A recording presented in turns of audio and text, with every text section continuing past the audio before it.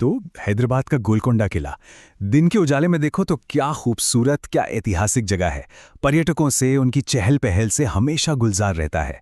लेकिन असली सवाल तो ये है कि जब सूरज ढल जाता है तब यहाँ क्या होता है।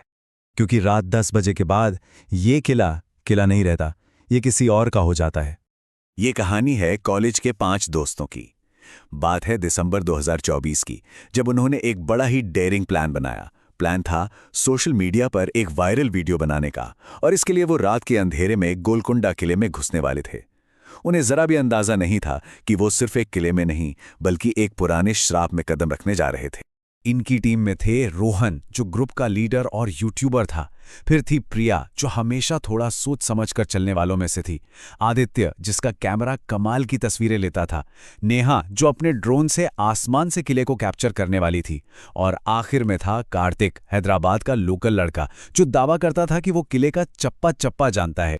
रात के 10:30 बजे वो लोग किले के पास पहुंचे। मेन गेट तो जाहिर है बंद था, लेकिन कार्तिक ने एक रास्ता दिखाया। एक टूटी हुई दीवार, जिसे फांद कर वो अंदर पहुंच गए। चांदनी रात में किला बहुत ही खूबसूरत पर डरावना भी लग रहा था। रात 11:30 बजते बजते वो किले की सबसे ऊंची जगह पर थे, फतेह दरवाजा, जिसे कहते हैं विक्ट्री गेट। नीचे जगमगाता हुआ हैदराबाद शहर। सब कुछ बिल्कुल परफेक्ट चल रहा था। उनका एडवेंचर पीक पर था, जब ठीक रात के 11:47 पर अचानक सब कुछ बदल गया। हवा में एक अजीब सी ठंडक घुल गई। ये दिसंबर की सर्दी नहीं थी, ये कुछ और ही था। कुछ ऐसा जो हड्डियों तक को कंपा दे। और तभी उन्हें एक आवाज सुनाई दी। पत्थर की सीढ़ियों पर किसी के धीरे धीरे ऊपर चढ़ने की आवाज। वो सब फौरन एक दीवार के पीछे छिप गए। कदमों की आहट और पास आती गईं, और फिर ठीक उनके छिपने की जगह पर आकर रुक गई। जब उन्होंने डरते डरते झांका तो वहां कोई नहीं था। दूर दूर तक कोई नहीं था, बस एक भयानक खामोशी। तभी नेहा की आवाज आई। उसका ड्रोन का सिग्नल अचानक गायब हो गया था।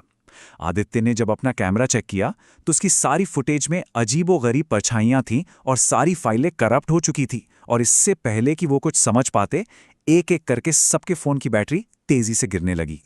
और फिर किले के अंधेरे गलियारों से एक औरत की आवाज में एक पुराना डरावना गीत गूंजने लगा। एक ऐसी धुन जो कानों से नहीं, सीधे रूह से टकरा रही थी। असली घबराहट तो तब हुई जब उन्होंने अपने फोन देखे। जरा सोचिए, रोहन का फोन जो अभी 87% था, वो सीधा 12% पर आ गया, और प्रिया का 92% से सीधा 8% पर। उनकी टेक्नोलॉजी, बाहर की दुनिया से जुड़ने की उनकी हर उम्मीद एक एक करके दम तोड़ रही थी। अब वो समझ गए थे कि यहां से निकलना ही होगा, फौरन। वो उसी टूटी दीवार की तरफ भागे, लेकिन किला अब जैसे एक भूल भुलैया बन चुका था। हर रास्ता उन्हें घुमा फिराकर वापस वहीं ले आता जहां से उन्होंने शुरू किया था। तभी नेहा की एक दबी हुई चीख निकली। एक अंधेरे गलियारे के आखिर में एक औरत की परछाई खड़ी थी। पारंपरिक लिबास, लंबे बाल। वो बस उन्हें घूर रही थी। और फिर वो धीरे, बहुत धीरे उनकी तरफ बढ़ने लगी। वो अपनी जान बचाने के लिए पास के एक कमरे में भागे, जो रानी महल था। उन्होंने जैसे तैसे दरवाजे को अंदर से बंद कर लिया, और तभी दरवाजे पर जोर जोर से कोई दस्तक देने लगा, और वही गुस्से भरी आवाज चिल्लाई, खोलो, दरवाजा खोलो। इसी दहशत के माहौल में कार्तिक को अपनी दादी की सुनाई एक पुरानी कहानी याद आई। गोलकोंडा की एक रानी की कहानी, जिसे उसके ही पति ने धोखा देकर इसी कमरे में मार डाला था। और मरते मरते रानी ने श्राप दिया था कि जो भी रात में यहां आएगा, वो हमेशा के लिए यहीं कैद होकर रह जाएगा। अचानक बाहर से दरवाजा पीटने की आवाज बंद हो गई। अब सिर्फ एक दर्द भरी सिसकी की आवाज आ रही थी। प्रिया को कुछ समझ आया। उसने हिम्मत जुटाई और दरवाजे से बोली, रानी, हम समझते हैं तुम्हारे साथ धोखा हुआ।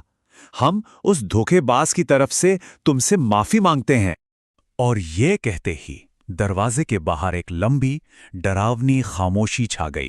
फिर कदमों की आहट दूर जाने लगी और धीरे धीरे अंधेरे में कहीं खो गई। कुछ मिनटों बाद एक और हैरान करने वाली चीज हुई। उनके बंद पड़े फोन अचानक एक एक करके ऑन हो गए। प्रिया का फोन जो 8% पर था अब 65% चार्ज दिखा रहा था। ये एक इशारा था कि अब वो जा सकते हैं। वो डरे सहमे रानी महल से बाहर निकले। इस बार रास्ते बिल्कुल साफ थे। रात 1:05 पर वो उसी टूटी दीवार से बाहर कूदे और हाँफते हुए जमीन पर गिर पड़े। वो आजाद थे। उन्हें लगा शायद बुरा सपना अब खत्म हो गया। लेकिन अगली सुबह जब उन्होंने अपने कैमरे और ड्रोन का डेटा रिकवर करने की कोशिश की तो उनके होश उड़ गए। सब कुछ, हर एक फाइल हमेशा के लिए करप्ट हो चुकी थी। उस रात के एडवेंचर का, उस खौफ का कोई सबूत नहीं बचा था सिवाय एक आखिरी तस्वीर के। ये ड्रोन की आखिरी तस्वीर थी, सिग्नल जाने से ठीक 1 सेकंड पहले की। तस्वीर में फतेह दरवाजा पर जहां वो सब खड़े थे, उनके ठीक पीछे सफेद साड़ी में एक औरत खड़ी थी जो सीधे ड्रोन के कैमरे में देख रही थी। एक ऐसी जगह जहां उनके अलावा और कोई था ही नहीं।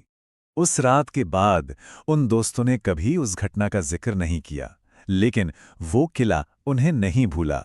आज भी उन्हें अनजान नंबरों से मैसेज आते हैं जिन्हें ब्लॉक करने पर भी कोई फायदा नहीं होता। मैसेज में सिर्फ 3 शब्द होते हैं, वापस आओ। ये घटना बताती है कि कुछ जगहें वाकई में रात के लिए नहीं बनी होती। लेकिन सोचने वाली बात यह है कि तब क्या होता है जब वो रात किसी का पीछा करते करते उसके घर तक पहुंच जाए।